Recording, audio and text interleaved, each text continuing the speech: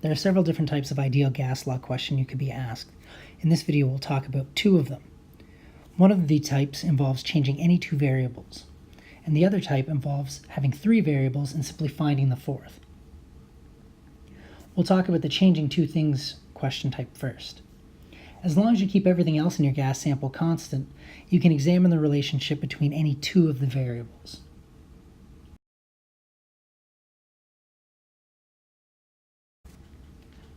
Take a question where you have a steel cylinder full of gas. You have 2 liters of gas, you have 3 moles of gas, the temperature of the whole system is 25 Celsius, and the pressure inside that tank, so the pressure of your gas, is 36.7 atmospheres.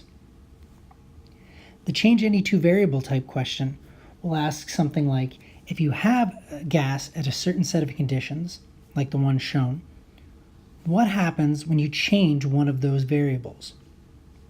In this case, what happens if you heat up the container? So the question would be, given these conditions, what is the new pressure at 40 degrees Celsius?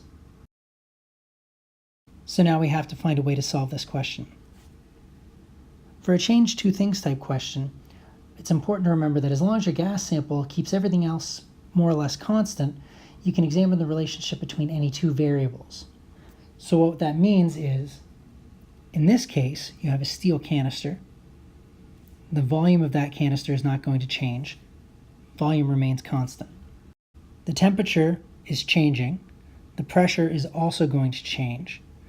But the moles of gas inside that system are not going to change. It's a sealed container. If you look at the gas constant, it has constant right in its name, so it's probably going to stay very close to constant. Technically, there is some temperature dependence, but we're going to assume that it changes quite little. The temperature and pressure are the only things that change.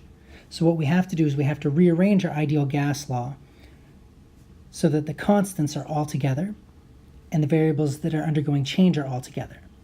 When we're looking specifically at temperature and pressure, we can say that P over T equals NR over V.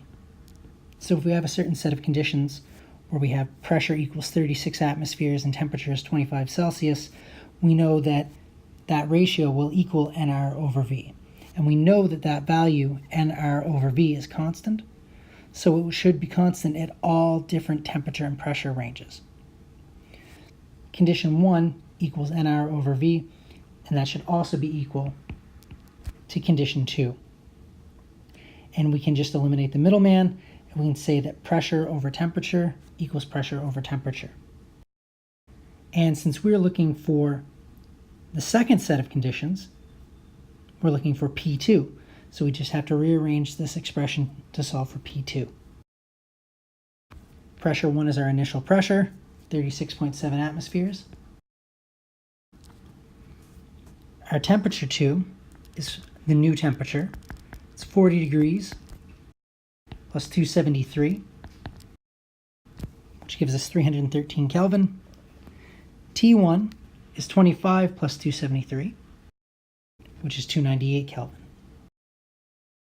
And when we solve for P2, we find that the pressure has gone up. The second question type, where you have three variables and you find the fourth, is even more straightforward. The only way to do this type of question is to be given all three variables, and then it's simply a matter of rearranging PV equals nRT to find the fourth variable. In each case, you have the variable you're looking for, and you simply plug the other variables into the right-hand side of the expression.